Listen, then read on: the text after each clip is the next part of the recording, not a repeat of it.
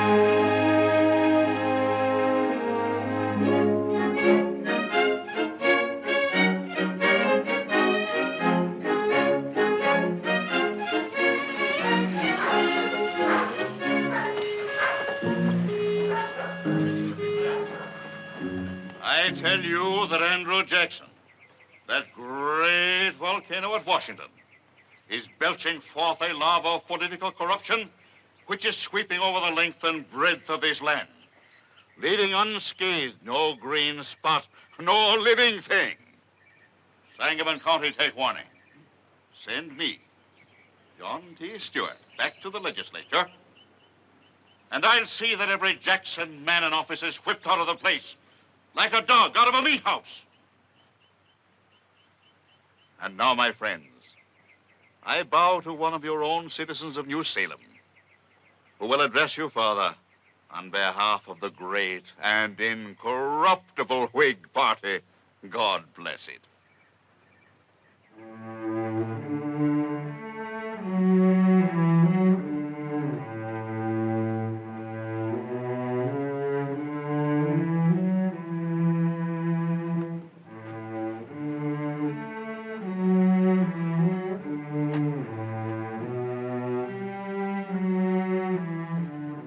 Gentlemen and fellow citizens, I presume you all know who I am. I'm plain Abraham Lincoln. I've been solicited by many friends to become a candidate for the legislature. My politics are short and sweet, like the old woman's dance. I'm in favor of a national bank, of the internal improvement system, and high protective tariff. These are my sentiments and political principles. If elected, I shall be thankful. If not, it'll be all the same.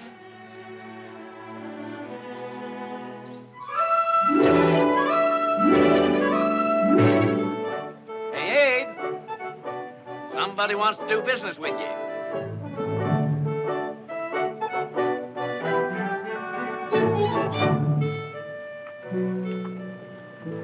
Howdy, ma'am. Howdy. Howdy. How you been making out? Right good. We ain't hit the hard places yet. Won't you get down and rest yourself? Well, thank you. We was aiming to stretch a bit. My old woman figured on getting some flan in for shirts. I reckon that can be arranged. Yeah, but we ain't got any money. Well, you can send it to me. We don't aim to ask for no credit. If it leaves your mind any, ma'am, the whole shebang here is worked on credit. That's right, Abe. Barry and me never put up a penny to start with. From the way things look, we never will. Well, there's an old barrel in the wagon that might be worth 50 cents to some folks. Well, of course, there ain't much in it. Just some old things laying around the house, along with some books that belonged to my grandpappy. Books? Yeah, in the last barrel. Books. Well, you folks go in the store and help yourself. I'll go back and get the barrel.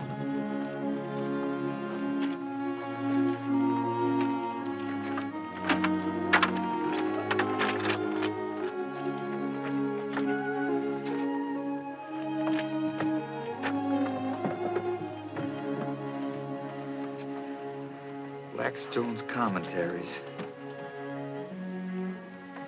That's law. Law. I knew that book was about something. Hardly a thumb mark on it either. No, sir. We took mighty good care of it. Reckon you can read it, sir? I expect I could make head or tails out of it if I set my mind to it. Law.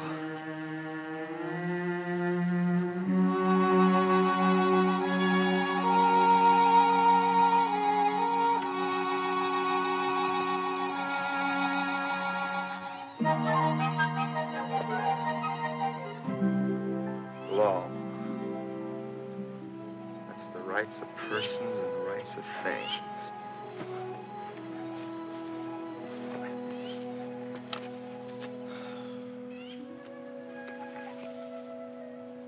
The rights of life, reputation, and liberty.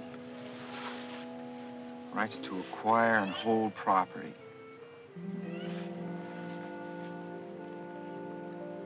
Wrongs are violations of those rights. By gee, that's all there is to it. Right and wrong. Maybe I ought to begin to take this up serious. Hello, Mr. Lincoln. Abe? Hello, Ann. Just give me a minute to try and untangle myself. Aren't you afraid you'll put your eyes out, reading like that upside down? Trouble is, Ann, when I'm standing up, my mind's lying down. When I'm lying down, my mind's standing up. Of course, allowing I got a mind. You've a wonderful mind, Abe, and you know it. River's sure pretty today, ain't it? You think a lot about things, don't you? Well, my brain gets to itching inside sometimes. I gotta scratch it. Father says you've a real head on your shoulders, and a way with people, too. He says it's not all just making them laugh. They remember what you say because it's got sense to it. Mr. Rutledge is a mighty fine man, Ann, but if you ask me, I'm more like the old horse the fella's trying to sell. Sound of skin and skeleton and free from faults and faculties. I know how smart you are. How ambitious you are, too. Ambitious? You are deep down underneath, even if you won't admit it. You gotta have education these days to get anywhere. I never went to school as much as a year in my whole life. Oh, but you've educated yourself. You've read poetry and Shakespeare and now law. I just had my heart set on your going over to Jacksonville to college when I go to the seminary there. And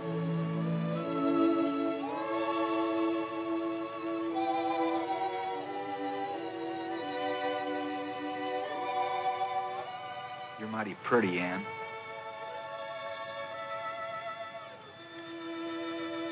some folks I know don't like red hair.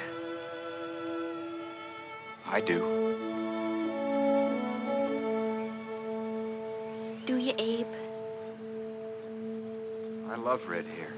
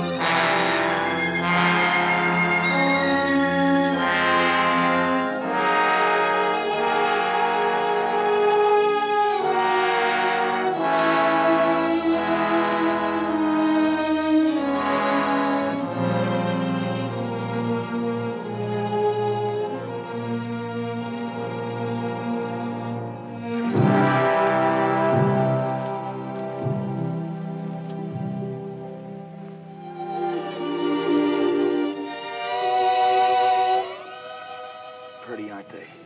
I got them at Bowling Green's place. You never saw anything like them in your life, sitting there in the snow like scared rabbits. Bet the woods are full of them, too. The snow's nice, ain't it, the way it's drifting? Ice is breaking up. It's coming into spring.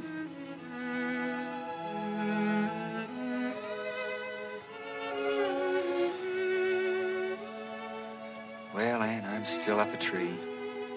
Just can't seem to make up my mind what to do. Maybe I ought to go into the law, take my chances. I admit I got kind of taste for something different than this in my mouth. Still, I don't know. I'd feel such a fool setting myself up as knowing so much. Of course, I know what you'd say. I've been hearing it every day over and over again. Go on, Abe. Make something of yourself. You got friends. Show them what you got in you. Oh, yes, I know what you'd say. But I don't know.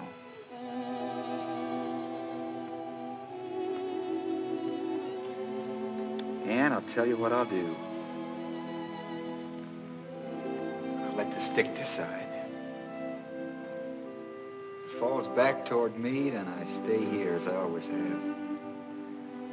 If it falls forward toward you, then it's... well, it's the law. Here goes, Ann.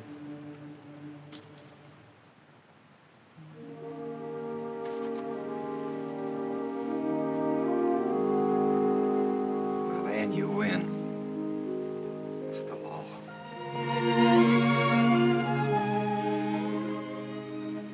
Wonder if I could have tipped it your way just a little.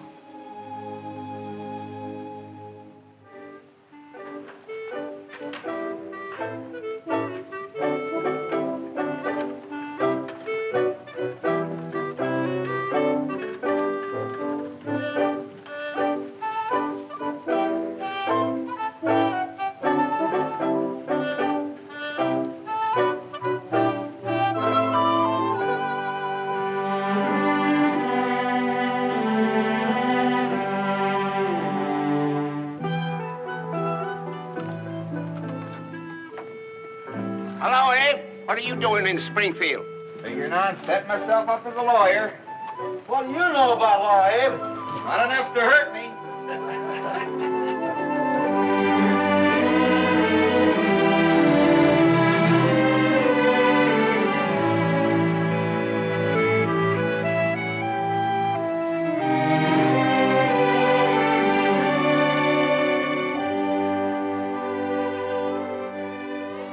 You did, darn you, you did. That's a lie. I can prove it, I tell you, I can prove it. Go ahead and prove it. I got the law on my side, I'll show you. Oh, You darn thief. Gentlemen, just hold your horses and sit down.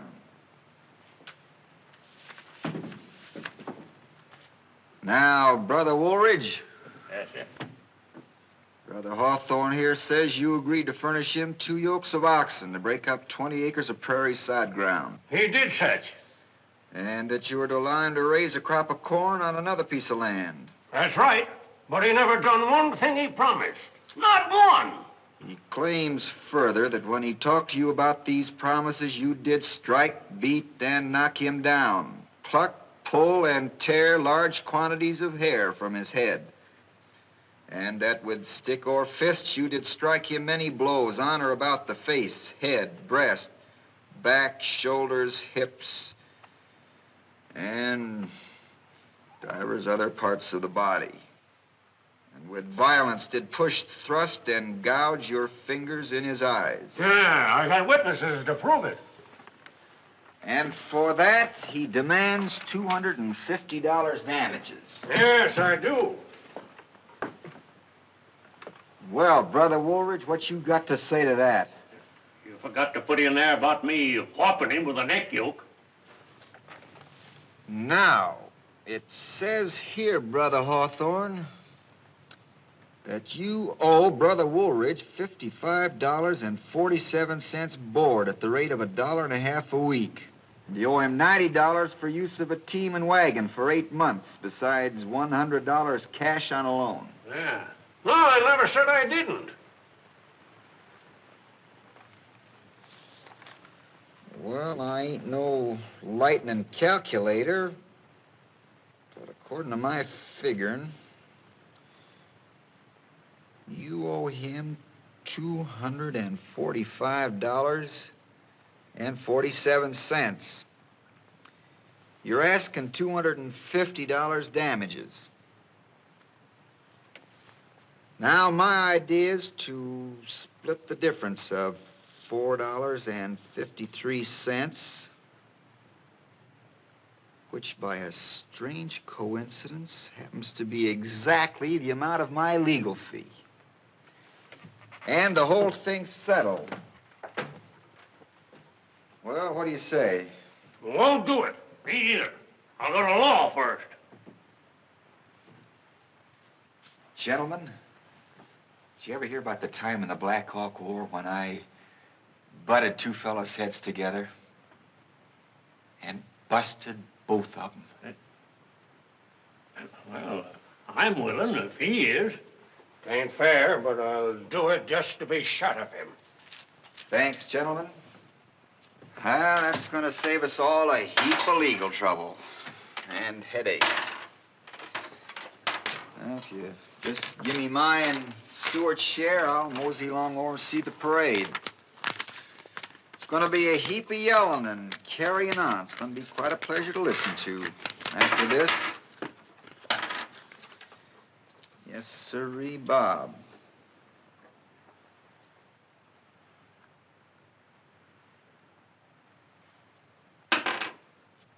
Yes, sirree, Bob.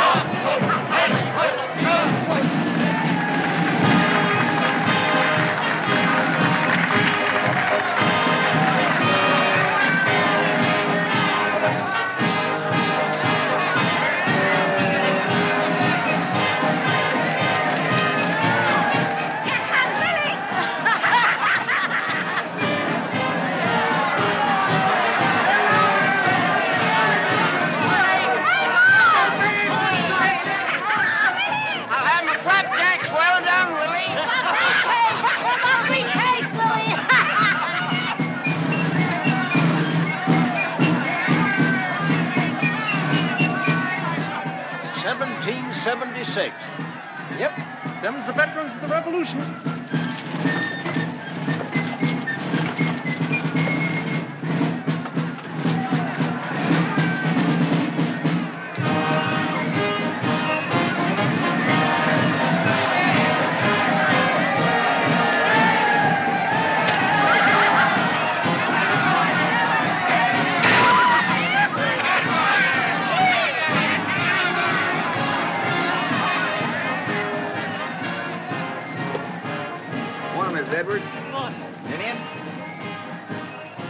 Douglas? Mr. Lincoln. How are you, Miss Ricketts? Ladies? Nice parade, Ninian. Mary, this is Mr. Abraham Lincoln. This is my sister who's just come up from Lexington to visit us, Miss Mary Todd.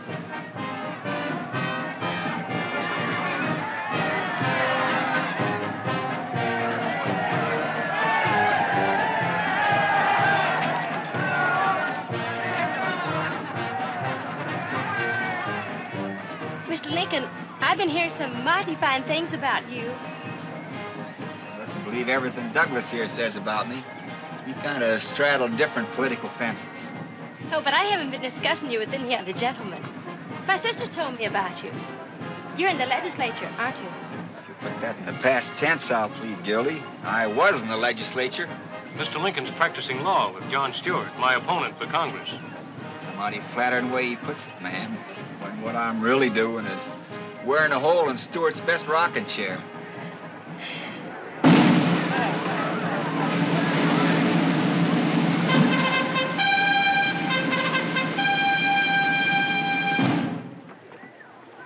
First, I thought it was that apple for sure. Then I sank my teeth into that peach, and I just couldn't seem to make up my mind. So I sampled the apple again. You all can't do that to me. Go on back with it. What is it? It's a pie judging contest, Ma. I should have brung one of my sweet potato pies. You sure should, Miss Clay. You'd sure win. I wish you had, Miss Clay. They're so good.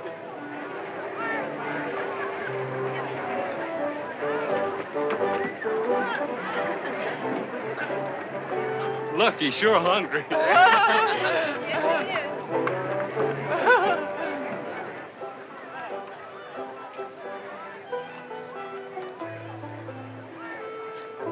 By the time I get the apple down, the peach is smelling so good, I'm sure it's the best.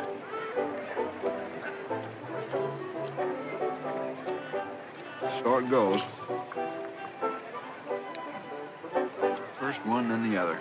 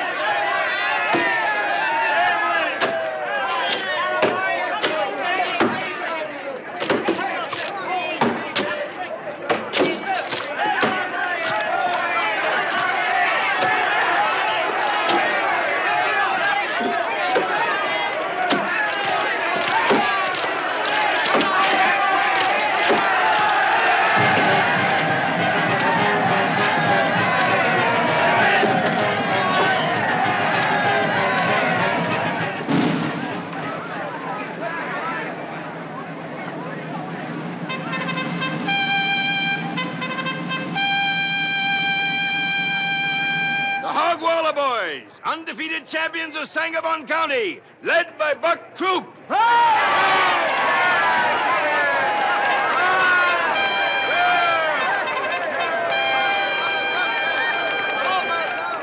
The Speed Counter Demon, led by Eve Tyler.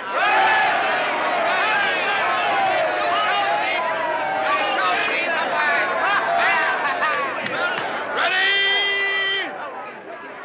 Get set.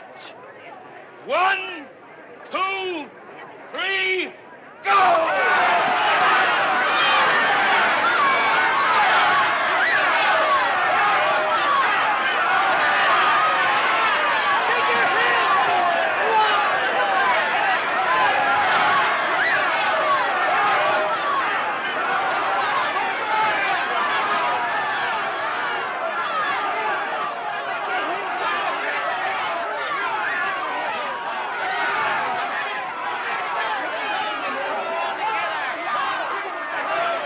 Leave my wife alone.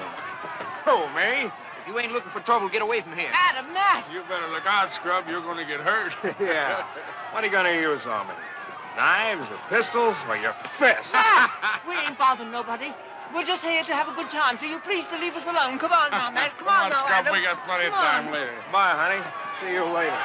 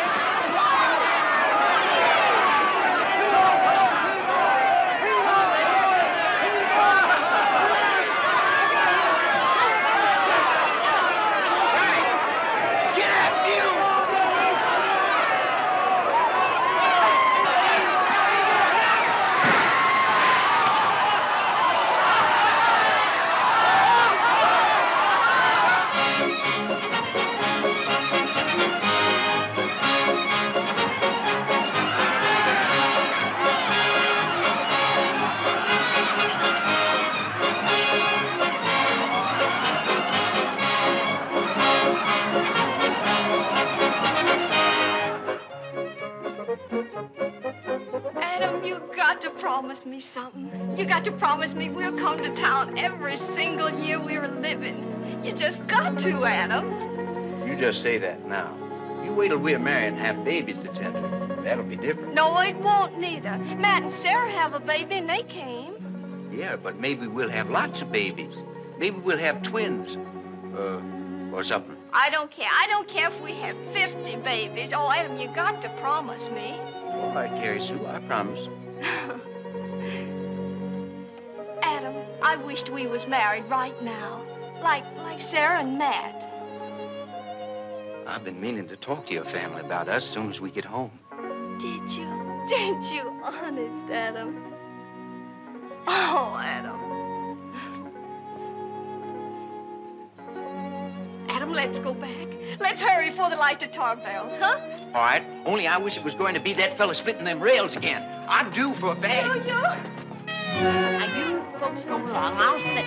Oh, you go, Ma. It's my place to stay. Me go along. I'll just go back over yonder. Let me get my coat. Hey, man, how about nip before we go go? along, the four of you. Miss Clay, I wish you was drinking with us. Honest, I do. I've seen so much now, I'm fit to pop.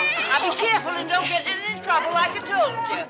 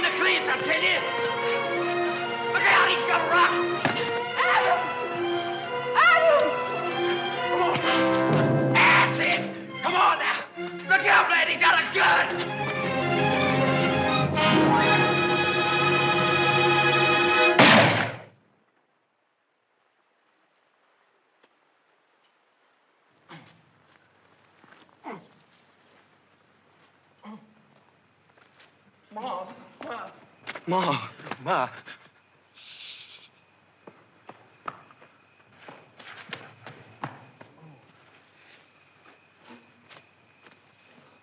Cat. Scrub. Scrub! Oh, yes.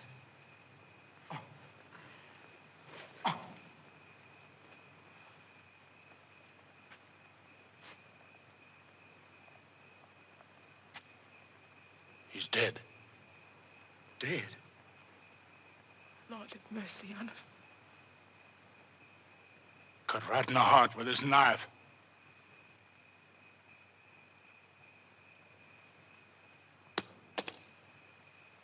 Get the sheriff. Ma. Get the sheriff.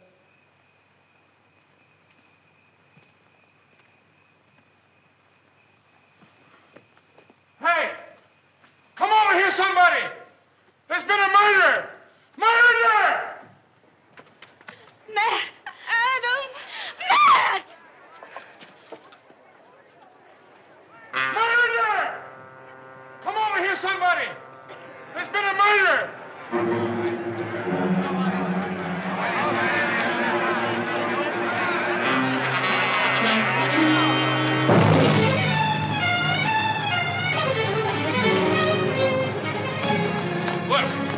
He's cut right through the heart. Tell him about it. Sheriff, it's Stubb White. He's dead. Stubb White. Somebody killed him, Sheriff. How'd it happen? It was them two fellas over there. They was fighting with Scrub. And they cut him. It was the knife they done it with. Do something, Sheriff?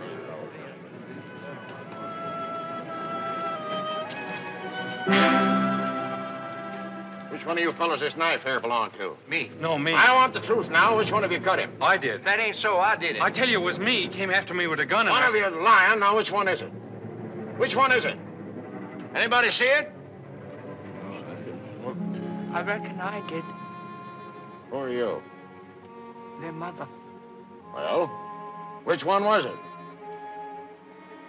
I ain't saying. Matt, tell him you did. Well, don't make no difference anyhow. Under the law, they're both equally guilty. Sure. Come on, you're under arrest.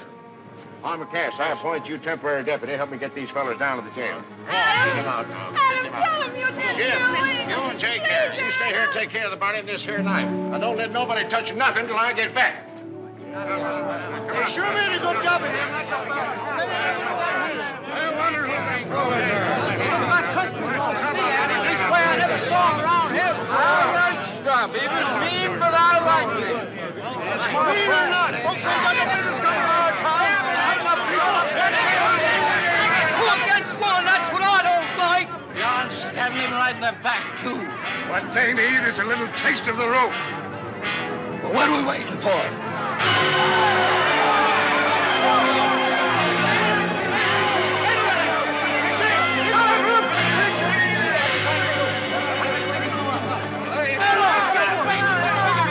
Please stop him. They're gonna lynch him, Abe. They're gonna lynch him.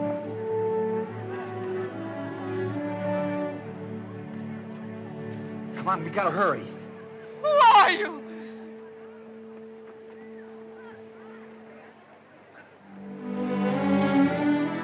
I'm your lawyer, ma'am.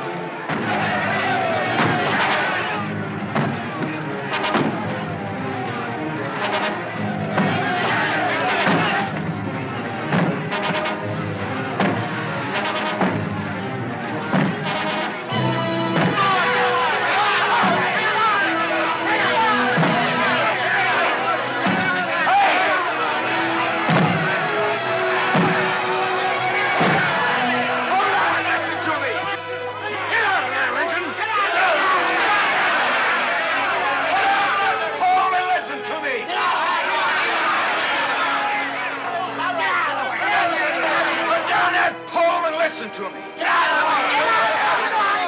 By Jing, I said listen to me. By Jing, you will.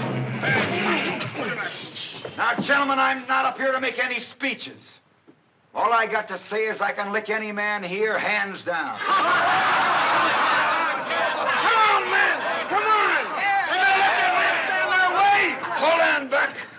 I thought I'd find that big mouth of yours around here telling people what to do. I'm Big Buck, all right. I'm the biggest buck in this lick. Well, come on up and whet your horns. What's the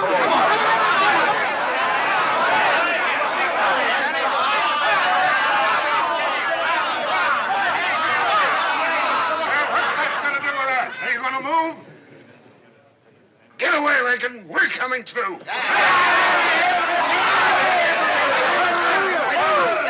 All joking aside, let's look at this matter from my side. Why, you all know I'm just a fresh lawyer trying to get ahead. But some of you boys act like you want to do me out of my first clients. I'm not saying you fellas are not right. Maybe these boys do deserve to hang.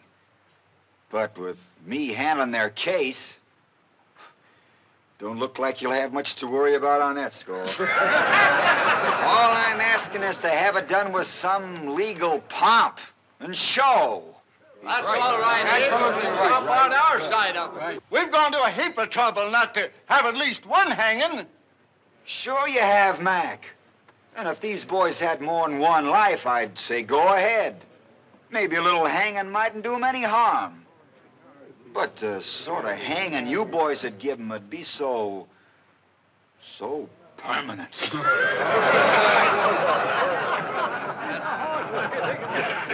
Trouble is, when men start taking the law into their own hands, they're just zapped in all the confusion and fun to start hanging somebody who's not a murderer as somebody who is.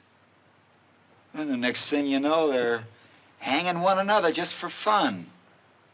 Till it gets to a place a man can't pass a tree or look at a rope without feeling uneasy. We seem to lose our heads in times like this. We do things together that we'd be mighty ashamed to do by ourselves. For instance, you take Jeremiah Carter yonder. There's not a finer, more decent, God-fearing man in Springfield than Jeremiah Carter. And I wouldn't be surprised if when he goes home, he takes down a certain book and looks into it. Maybe you just happen to hit on these words. Blessed are the merciful, for they shall obtain mercy. Why don't you put it down for a spell, boys? Ain't it getting heavy?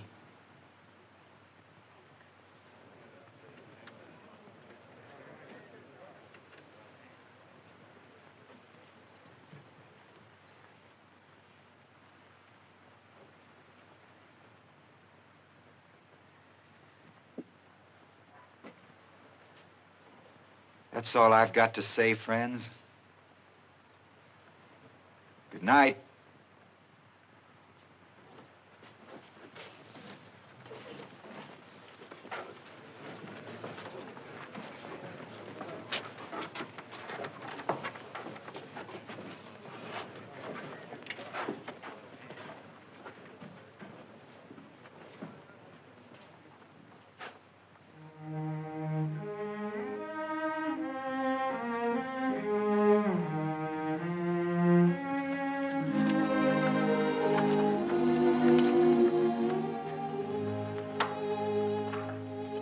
Nice pair of mules you got here, ma'am. Well gentled. You won't let nothing happen to Adam and Nat. Don't you worry about a thing. I'll keep my eye on them, all right. Matt, he don't eat much at all, but Adam's just a boy. He's sure to get hungry. Well, they'll get plenty with a sheriff's wife in the kitchen. I ain't one to talk much, but after what you've done for us tonight... No. Save your thanks.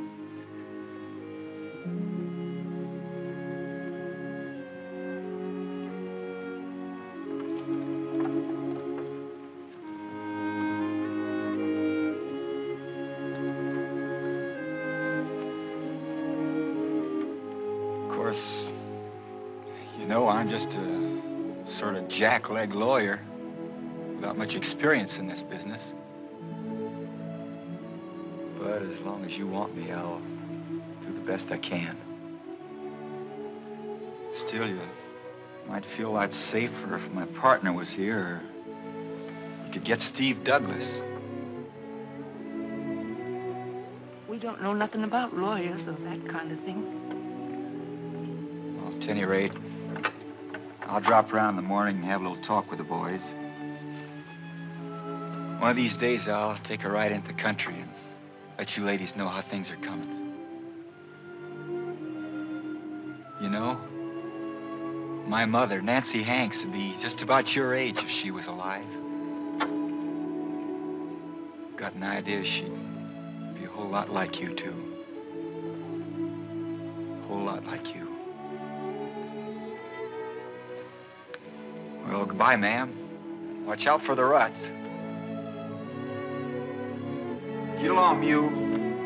Get in.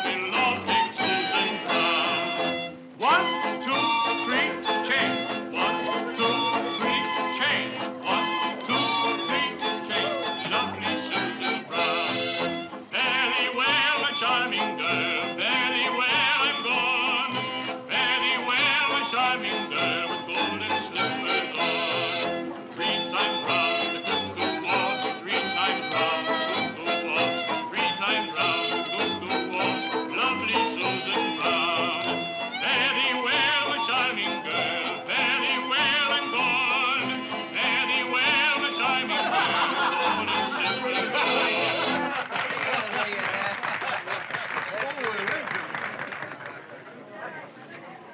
Upon my word, ma'am, in all my experience, I've never danced with a more graceful and charming partner. Thank you so much. I'm awfully glad you don't share Mr. Lincoln's aversion to feminine society. Well, Mr. Lincoln's a great storyteller. Like all such actors, he revels in boisterous applause. And yet Ninian says it was his wit that saved those 2 wretched boys. Oh, yes, unquestionably, he has ability in handling an unthinking mob. Not even his enemies deny he has a certain political talent. Mr. Lincoln, are you by any chance a member of the well-known Lincoln family of Massachusetts? Not by any chance I know of, sir. A very fine family, sir. Very fine. Then I'd say the evidence is all against us belonging to it. The Lincoln I ever knew might have to hell of beans.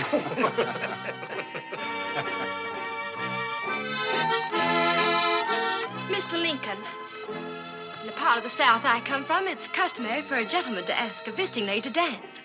Wouldn't you care to ask me? I'd like to dance with you the worst way, ma'am, but since all the dancing I've ever done was behind a plow, Mr. Lincoln, I shall be very glad to dance this dance with you.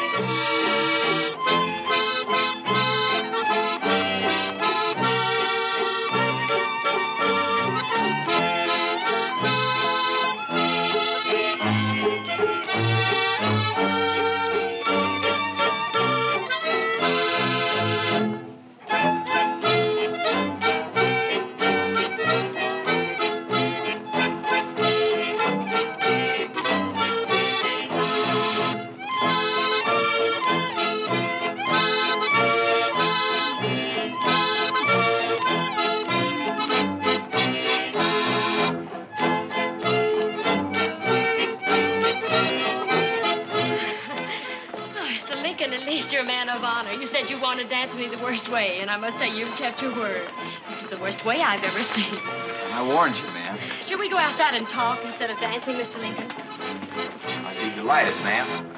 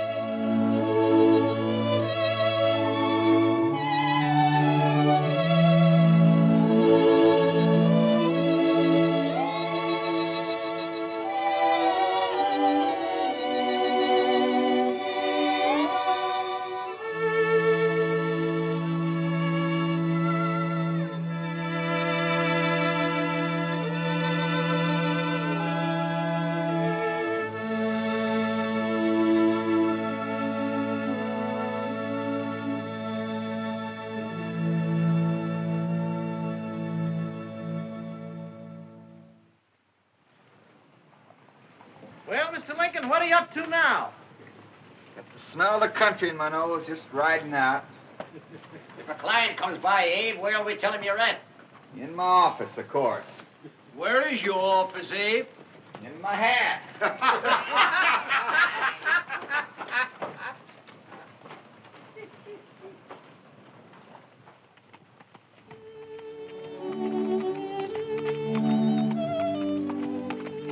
Abe, you sure love that river, don't you? It's a mighty pretty river, Eve. Never saw a man like you look at a river like you do. Folks would think it was a pretty woman or something, the way you carry on.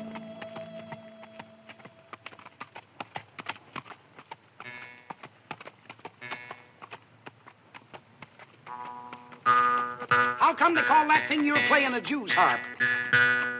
Comes down from David's harp in the Bible. I don't want to say nothing against the Bible, but those people back there sure had funny taste in music.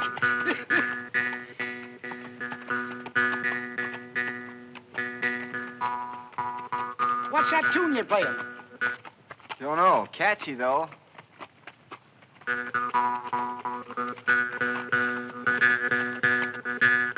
Makes you want to march or something.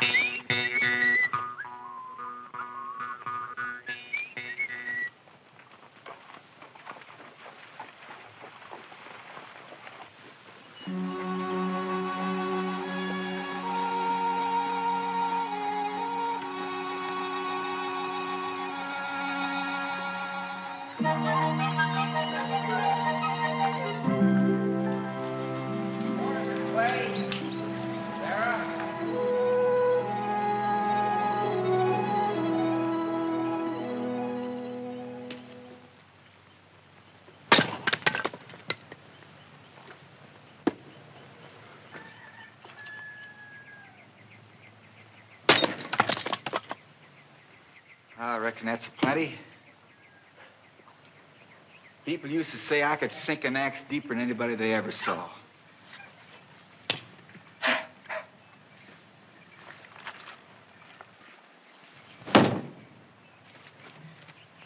Well, that's still not bad for a city feller.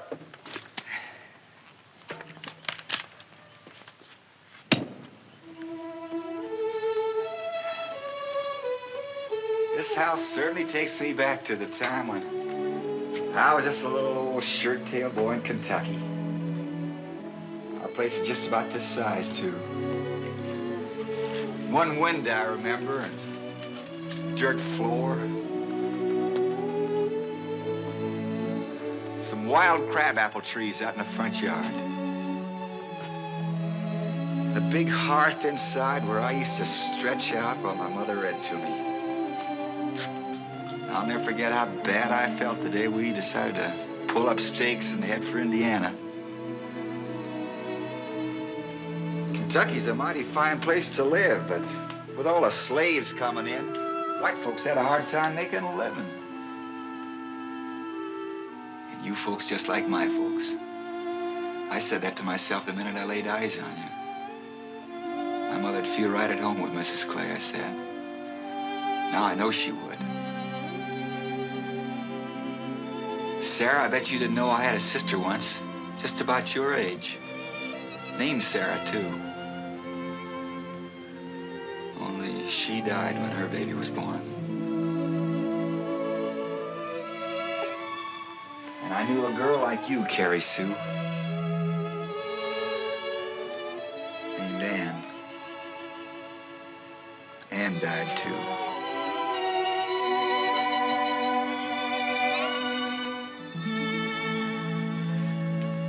Well, finished reading your letters yet? I read mine by myself, too. I never learned to read yet. I thought maybe you'd read it to me. Why, certainly. I'll be glad to.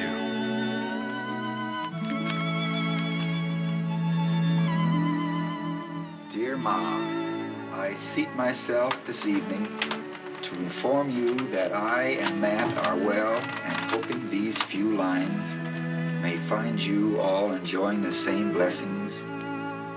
We had turnip greens and pork chops for supper, but oh me, nobody can cook turnip greens like you, Ma. Matt always says nobody can cook turnip greens better than me. Sarah can cook them as good as anyone. So can Carrie Sue. We've been treated mighty nice.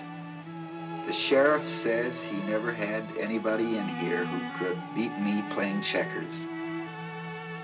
Well, Ma, I bet you wish we were there to do some plowing and laying in fresh meat. Oh, me, wouldn't a squirrel stew taste good? Them boys were great ones for hunting. A preacher comes in regular and reads us the Bible. I'm fixing to learn me a whole psalm if I don't get hung first. Well, my pen is bad, my ink is pale, my love for you will never fail. Adam.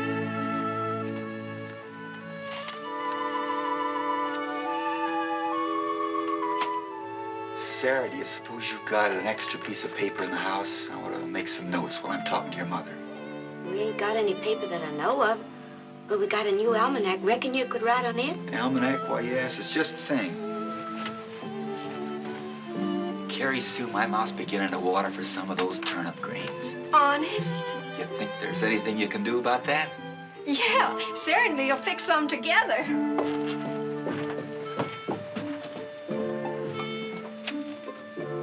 Thanks, Sarah.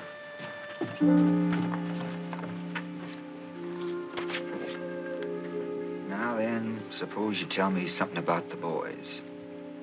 Well, there ain't very much to tell. Your husband, he died? Yeah, the summer after we got here. We just finished building the house. It's a fine house, all right. Not a nail in it. No, he was mighty good with his hands. He was killed by a drunk Indian. It was long round sundown. I was just coming back from milking. Adam was clearing out the timber, and Matt was down with a fever. That Adam, I bet he knew what to do with an axe. Yeah, he takes after his father. Matt was always the puny one. Why, once when he was a baby, I held him for 2 days while he was burning up with lung sickness.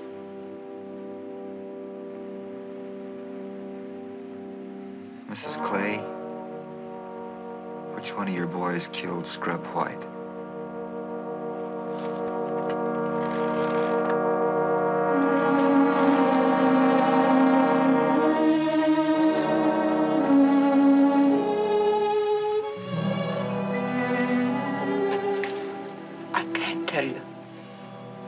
I just can't. But I'm your lawyer. You can trust me. I don't want to scare you, but we've got an awful fight on our hands. I gotta know what I'm doing. I can't. Be just like choosing between them. What do you suppose made them both say they'd done it? Matt did because he's older. And Adam said so because Matt has a wife and baby. There are a lot of people who'd like to see those boys hang.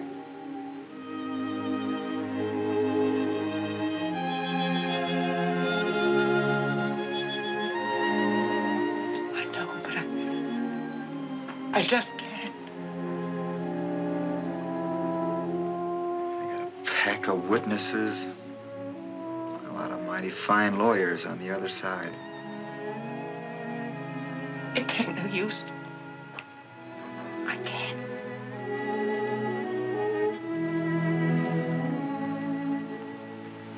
No, I don't reckon you can.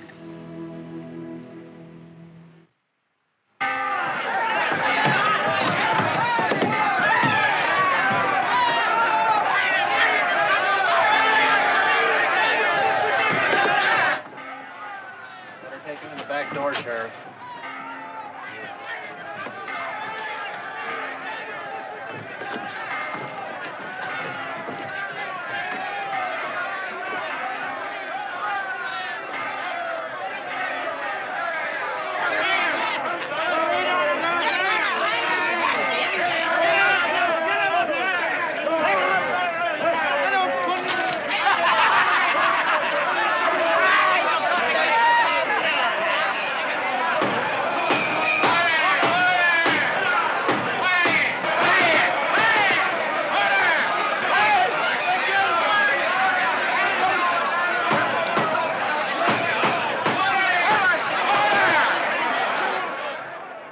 Take off your hats.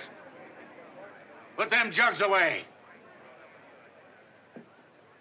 Huh. Mighty big crowd here today. All right, Mr. Clerk. We're ready.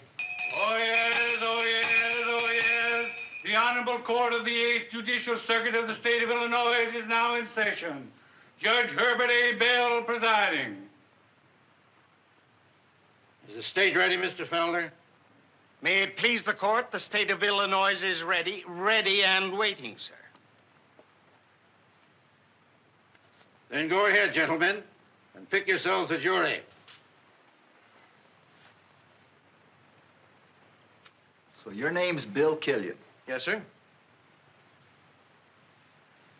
You don't like my clients, do you, Bill? No, sir, I don't. Well, tell me this. You any kin to old Jake Killian you slipped down New Salem? Why, yes, sir. I'm his son. Well, Bill, if you take after your dad, you're a smart boy. And an honest one, too. Reckon he's all right with us, Your Honor.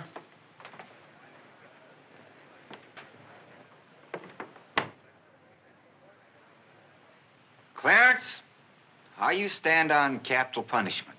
You mean, do I want to see them two fellas hung? I do.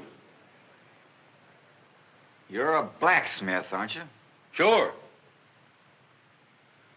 Well, there's going to be a heap of horseshoeing around here this week. I wouldn't want to keep you from your job. You're excused. Get going, Clarence. You say you've never discussed this case. No, sir, I never did. Ever hear anybody else discuss it? No, sir. How long you been a barber in this town? Oh, about 18 years going on.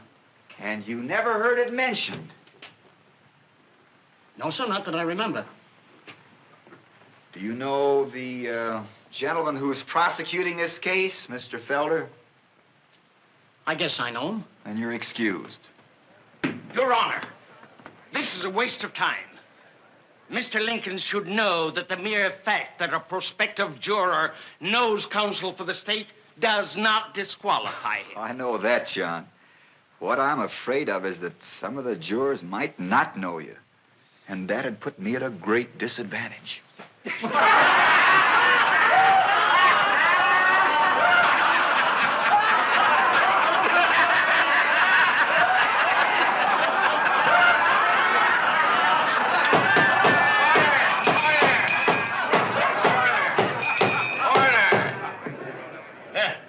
Hip to then, John. Sam Boone. Sam Boone.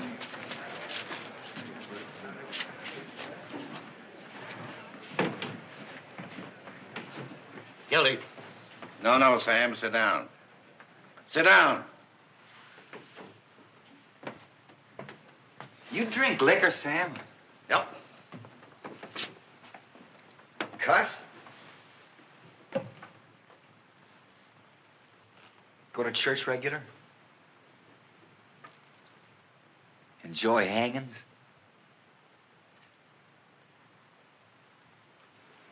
Got a job? Just like the loaf, huh? You ever tell a lie?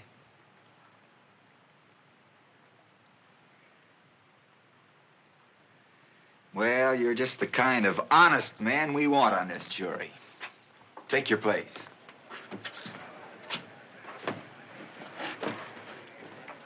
All right, Mr. Prosecutor, your move.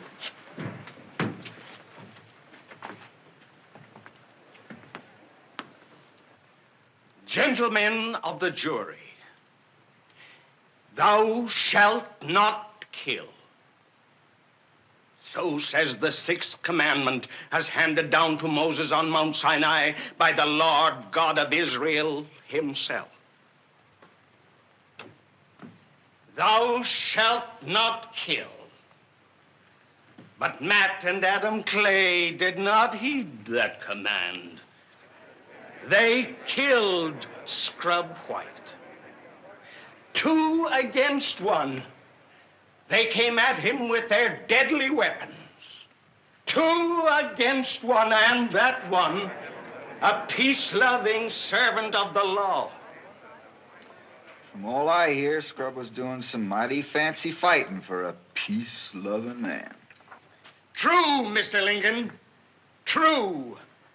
For Scrub White was a man, an American, in whose veins flowed the blood of pioneers who braved the wilderness to make this great state what it is. He fought in self-defense as he would have fought against the wild beasts of the forest, for Scrub White loved life. He loved the blue of God's heaven, the soft caress of the south wind. He loved life, but he is dead. And there, gentlemen, there sit his murderers. I tell you, gentlemen, they must be wiped out as a man wipeth a plate.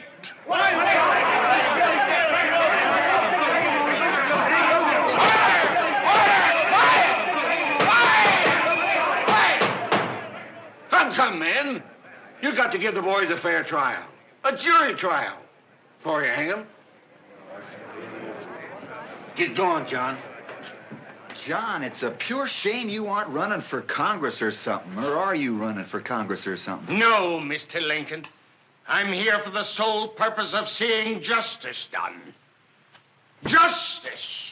My error. Sure a spellbinder from way back. As attorney for the state of Illinois, gentlemen,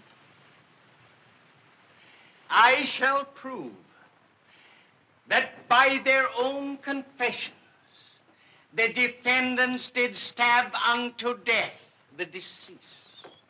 I shall prove that they were under the influence of an alcoholic beverage at the time.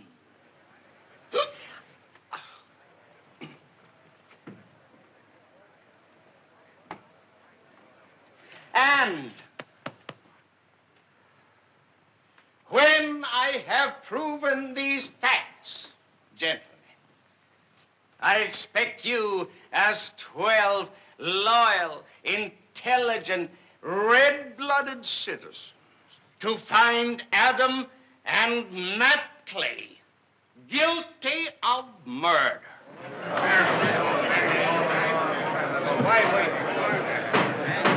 Quiet, quiet! Call Sheriff Billings. Hi, Gil. You saw Mr. Van tell the truth, hold I on, do. that true gun. Sheriff, have you ever seen this knife before? Yes, sir. That's the knife they killed Scrub White with. Did you see him do it with a knife? No, but I just wanted to get you back in your groove. Go ahead. Your Honor, I must insist, if the learned counsel for the defense wishes to object, let him address the court, not my witness. You heard that, Abe. One thing more, Sheriff. Did you visit the wagon owned by the defendants? Yes, sir. Yes? And what did you find there? Jug of liquor, about 3/4 full. Did the boys deny they'd been drinking on the night of the crime? No, sir. They said they'd had a snort or two, as usual. As usual? Yes, sir. That's what they said, as usual. Thank you, Sheriff. Your witness? Where's the jug now? In my jail. Empty? Well, there's some left. How much? About 1/4 full. Who drank it? Well, never mind. That'll be our little secret. Tell me this. Did Scrub White have a pistol? He was a deputy. He had to have one. Do you know if he tried to use it on the defendants? No, sir. You don't know he didn't? No, sir. Sheriff, did you ever hear about the fix the man was in when he was coming down the road with a pitchfork on his shoulder and a farmer's dog ran out and bit him on the leg? No, sir. That must have been out in my district. Well, then you probably don't recall that in defending himself, He stuck one of the prongs of the pitchfork into the dog and killed him. Farmer got pretty mad. "What made you kill my dog?" he said. Well, the fella said, "What made your dog bite me?" Well, the farmer says, why didn't you go after him with the other end?" To which the man replied, "Well, why didn't your dog come at me with the other end?" Pretty good, Gil. Hey,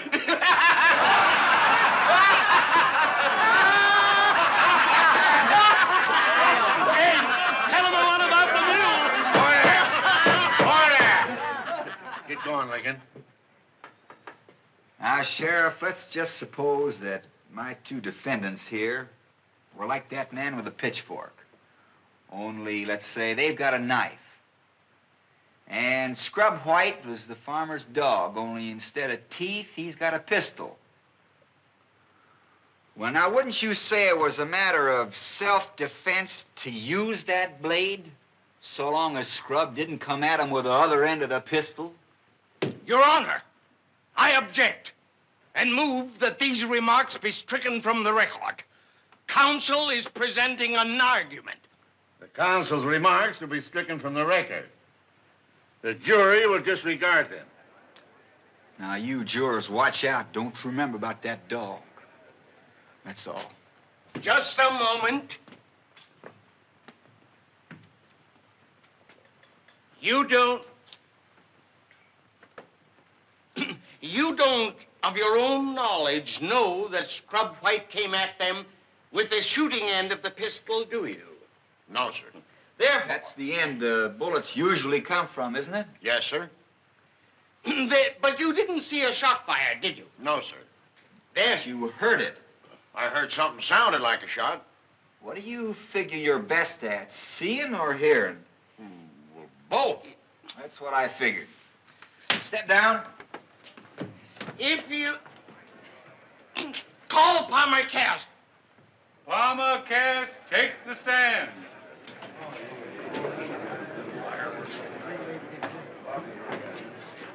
You solemnly swear to tell the truth, the whole truth, and nothing but the truth, so help you God? I do. What's your name? J. Palmer Cass. You knew Scrub White, didn't you? Sure. I knew him well. When was the last time you saw him? The night he was killed. You had spent a great part of that day with him, hadn't you? I was with him all day, near boss. Tell me, Mr. Cass, just what did you and Mr. White do that day? Well, we went to the parade first and then to the fairgrounds. Had supper down at the people's house and went back to the fairgrounds that night. I see. Yes. And do you recall where and under what circumstances you first saw the defendants? We went on down to the tug-of-war, and there they were. First thing I knew, they was both cussing Scrub out and wanting to fight him. Why, 'tain't so. It's a lie, sure enough. What did Mr. White do then? Well, he just laughed some more and asked them what they wanted to fight him with, knives, pistols, or fists. And how did he ask that? Jokingly? Well, sure, he was laughing all the time. And that night, Mr. Cass, just before the killing, tell the jury what happened then. Well, Scrub and me had a little argument, and he went off by himself. The next thing I knew, I heard a shot. You heard a shot. Yeah. I run down there as fast as I could, but by the time I got there, Scrub was laying on the ground, and them two fellas was standing over him. And the knife was on the ground between the defendants? Yeah. And where was Mr. White's pistol? Well, it was in his holster. It went off then while he was trying to get it out of his holster. Yeah, I guess it did, yeah. Thank you. You're a witness?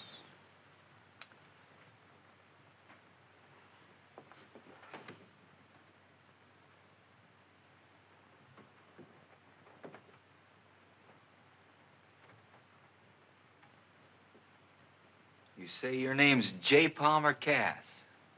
Yeah? What's the J stand for? John. Anybody ever call you Jack? Yeah. Why J. Palmer Cass? Why not John P. Cass? Anything the matter with John P? No, No, but... Has J. Palmer Cass anything to conceal? No. Then what do you part your name in the middle for? Well, I got a right to call myself anything I please as long as it's my own name. Well, if it's all the same to you, I'll just call you Jack Cass.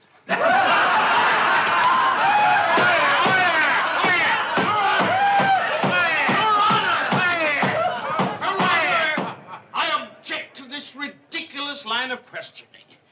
Mr. Lincoln's clownishness may win him a laugh from his friends, but I assure him his entire game of buffoonery is lost on this intelligent jury. Stick to the point, Mr. Lincoln. I'll do my best, Your Honor. Well, J. Palmer Cass, you say you and Scrub White had a little argument. Yeah. Jackass. I just got it.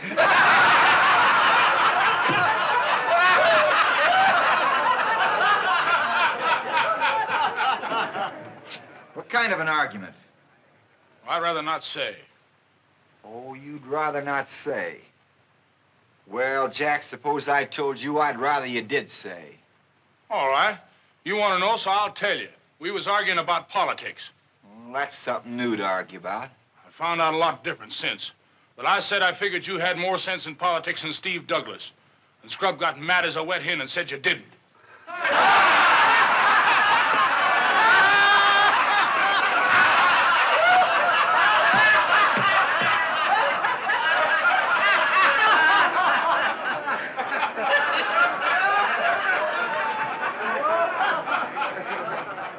Well, Mr. Cass, I reckon we can let all you said go in till we've heard from my side.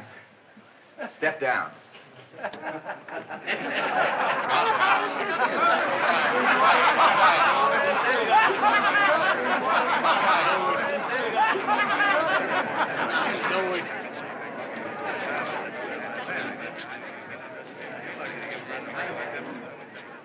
May it please the court. The next witness for the state is not, in the strictest sense, a witness for the prosecution. However, in the interest of mercy as well as justice, the state desires at this time to call upon an eyewitness to the killing of Scrub White. Mrs. Abigail Clay. Miss Clay? Don't tell him I did it. Miss Clay?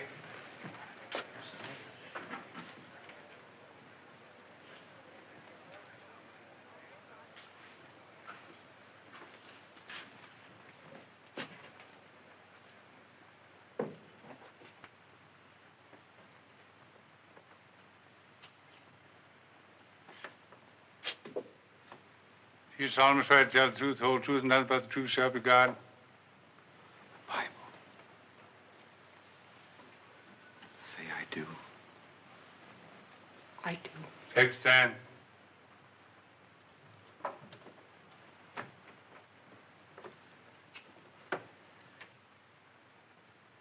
You are the mother of Adam and Matt Clay, aren't you? You love your boys, don't you?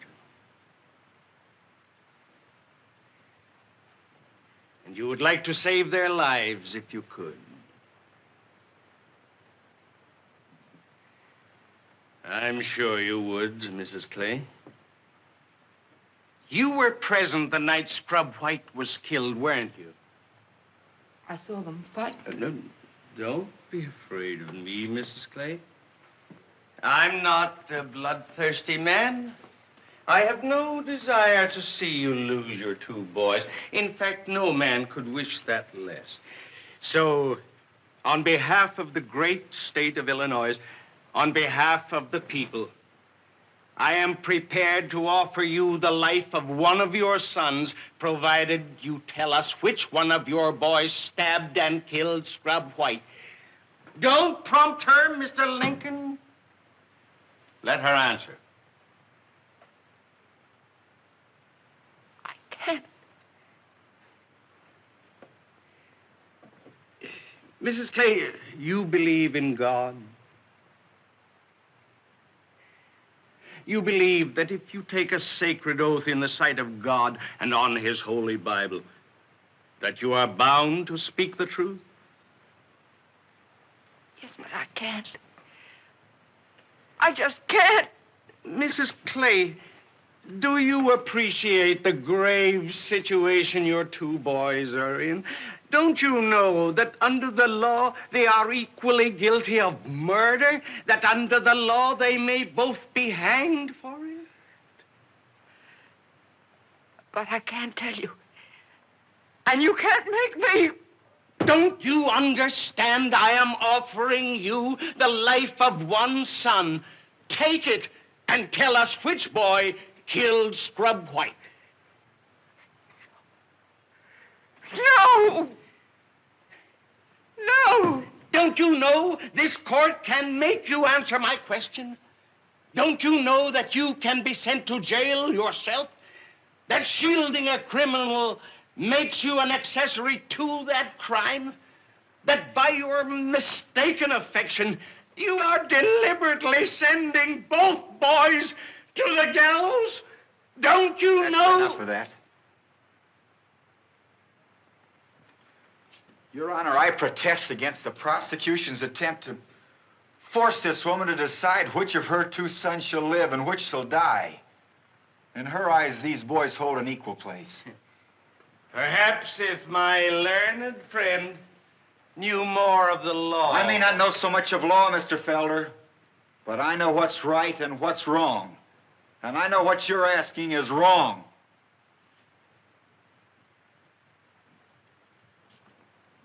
Put yourself in this woman's place, Your Honor. Can you truthfully say you'd do differently? But look at her. She's just a simple, ordinary country woman. She can't even write her own name. Yet has she no feelings? No heart? I've seen Abigail Clay exactly 3 times in my life, gentlemen. And yet I know everything there is to know about her. I know her because I've seen hundreds of women just like her, working in the fields, kitchens, hovering over some sick and helpless child. Women who say little but do much, who ask for nothing and give all. And I tell you that such a woman will never answer the question that's been put to her here. Never. I'd rather, Mrs. Clay, see you lose both your boys than to see you break your heart trying to save one at the expense of the other. So don't tell them. May it please the court. To save the jury any more of these harrowing outbursts, the state will withdraw the question and excuse the witness.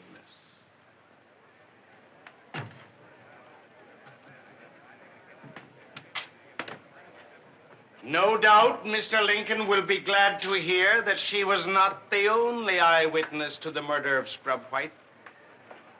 Recall Palmer Cass to the stand.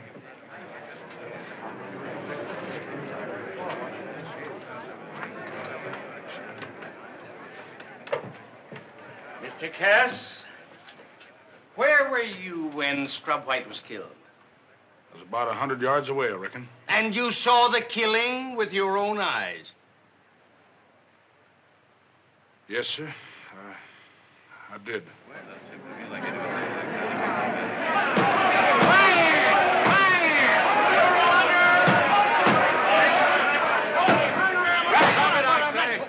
Why didn't you tell us this before?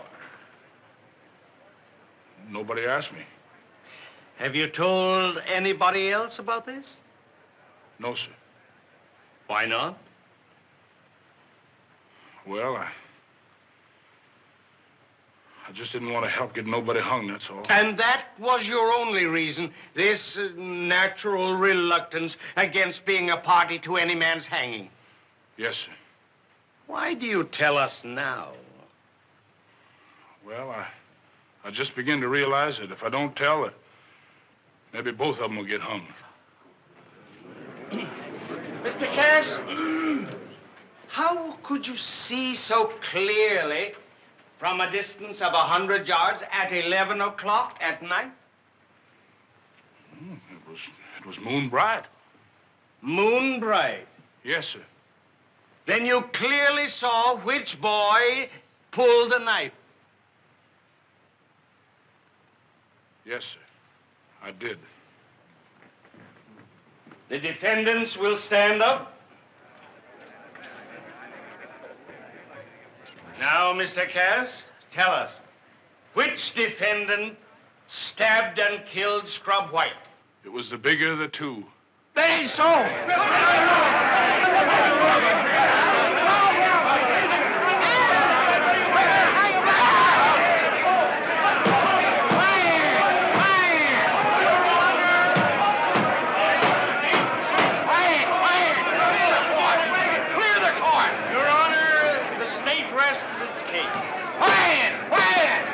This court is adjourned tomorrow morning at 9 o'clock.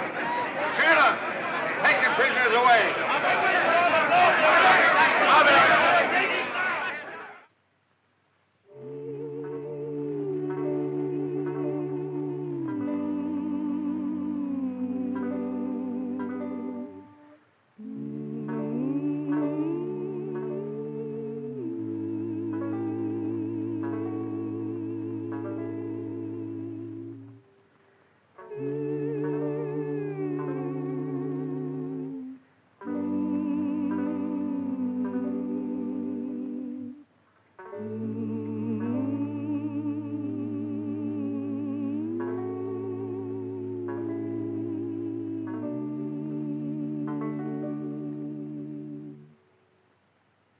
That's mighty pretty, Matt.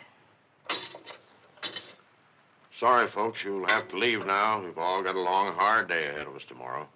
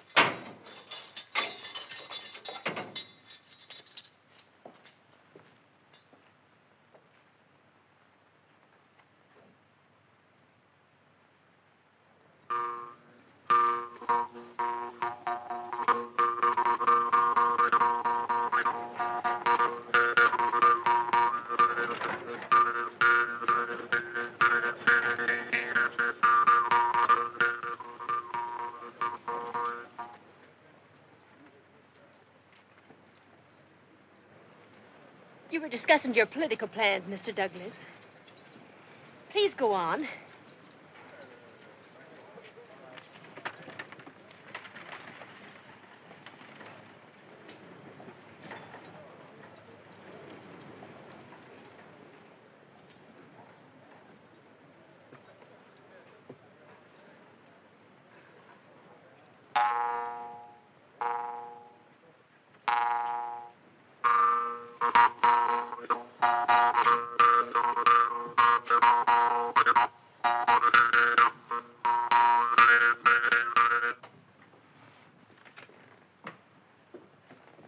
Good evening, Judge.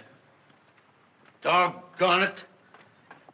Lincoln, this is against all my principles, but I want to talk to you as an older man. Go ahead, Judge. I'm listening.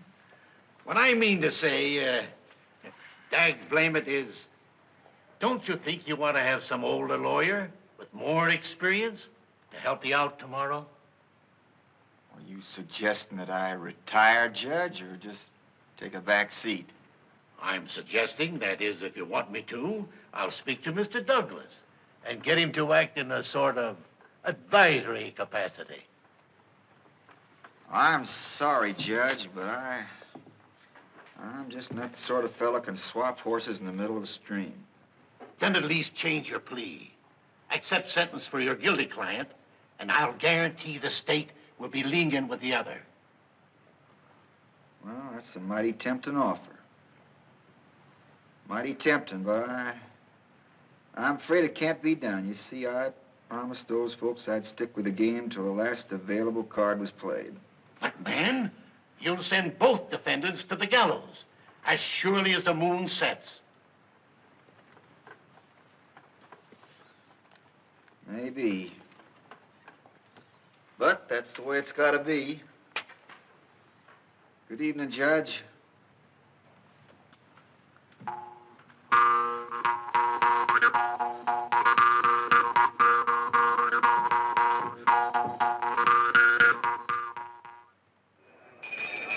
Order in the court!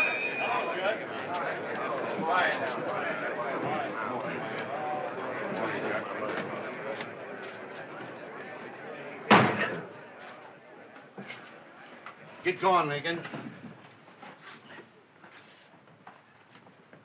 Your Honor, the defense wishes at this time to cross-examine the last witness for the state, Palmer Cass. Palmer Cass.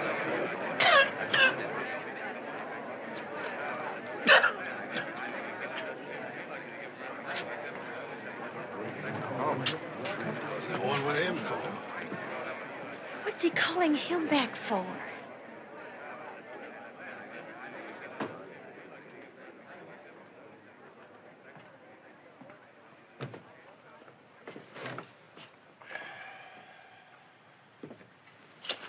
Mr. Cass, yesterday you identified Matt Clay as the killer of Scrub White. Yes, I did. You're sure of that? Sure, I'm sure. I just wanted to know. You say you were about 100 yards from the scene of the fight? Just about, yeah. Are you familiar with the land over there? Yes, sir. What's the nature of the layout? Well, there's a little clearing. Any trees? A few. Where are they? Well, they're between the clearing and the fairground. And you saw right through the trees? No, sir. I was already through the trees when I saw them fighting. Oh, I see.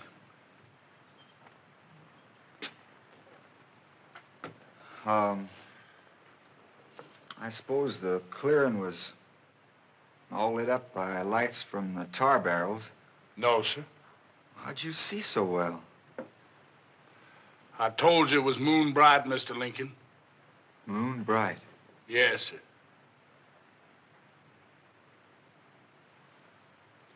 Of course, if it hadn't been moon bright, you couldn't have seen 100 yards, could you? Of course not. But you did see it. I told you I saw it, didn't I? What's he driving at? And, the only reason you're telling us this now is because you feel sorry for one of the defendants. Well, I didn't want to see them both get hung. I don't reckon you'd lie about a thing like that.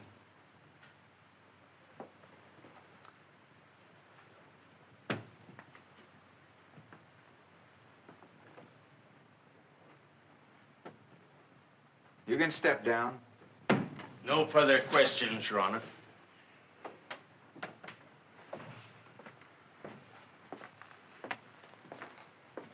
Oh, Mr. Cass, I forgot there's just one other question I want to ask you.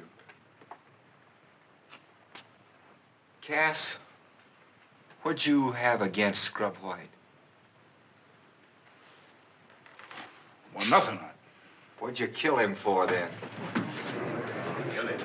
Well, I don't know what you're talking about, Lincoln. Yes, you do. Look at this. Go on, look at it. It's the Farmer's Almanac. Go ahead, look at it. Look at page 12. You see what it says about the moon?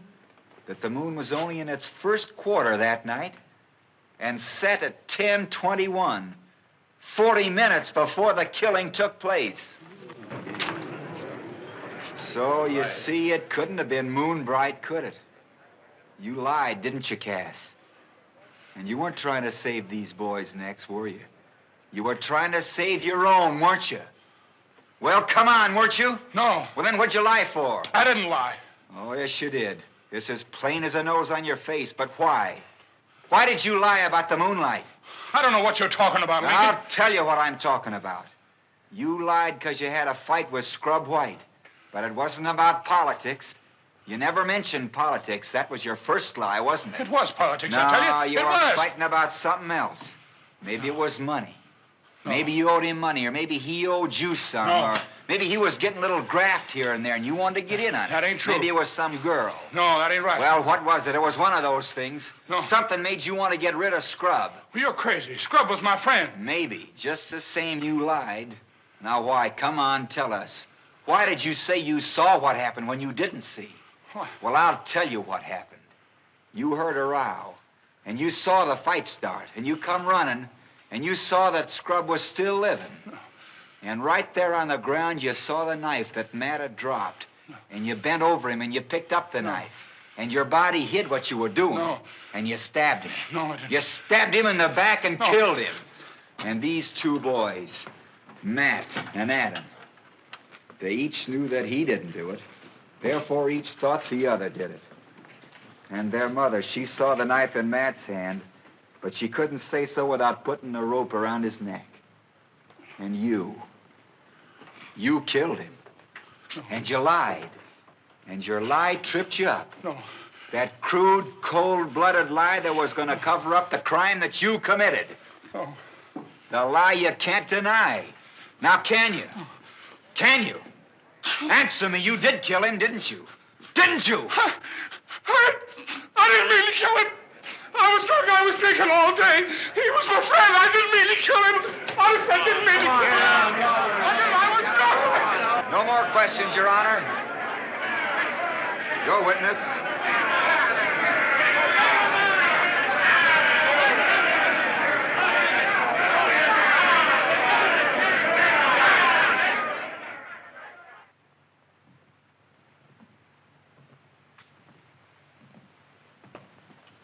Mr. Lincoln, I'm so glad you won. Thank you, ma'am.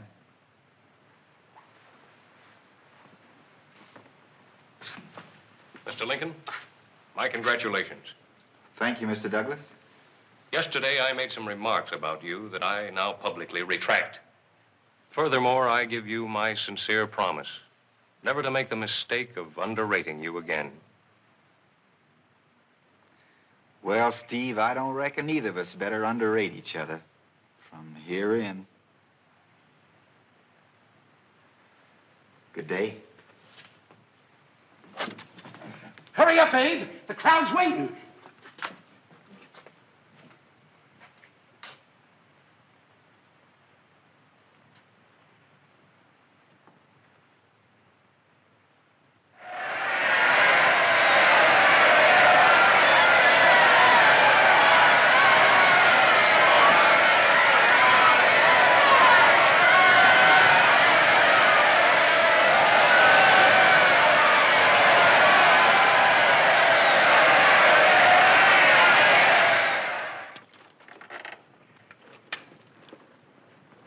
Well, ma'am, I reckon I better say goodbye to you here. You got quite a ways to go before sundown.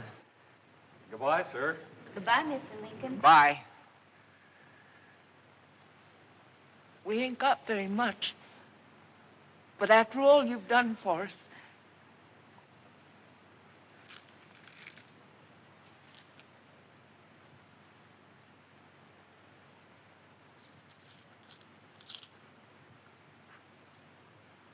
Thank you, ma'am. That's mighty generous of you.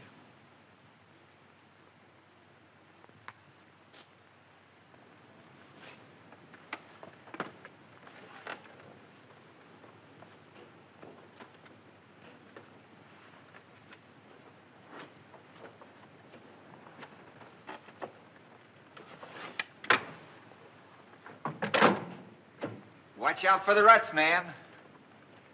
Get out, mules. Get out.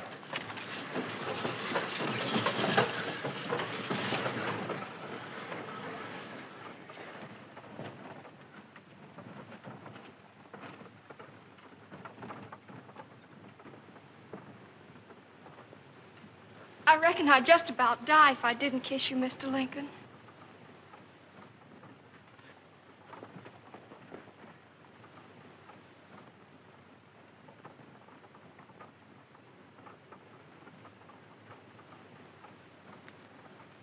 Ain't you going back, Abe? No, I think I might go on a piece. Maybe to the top of that hill.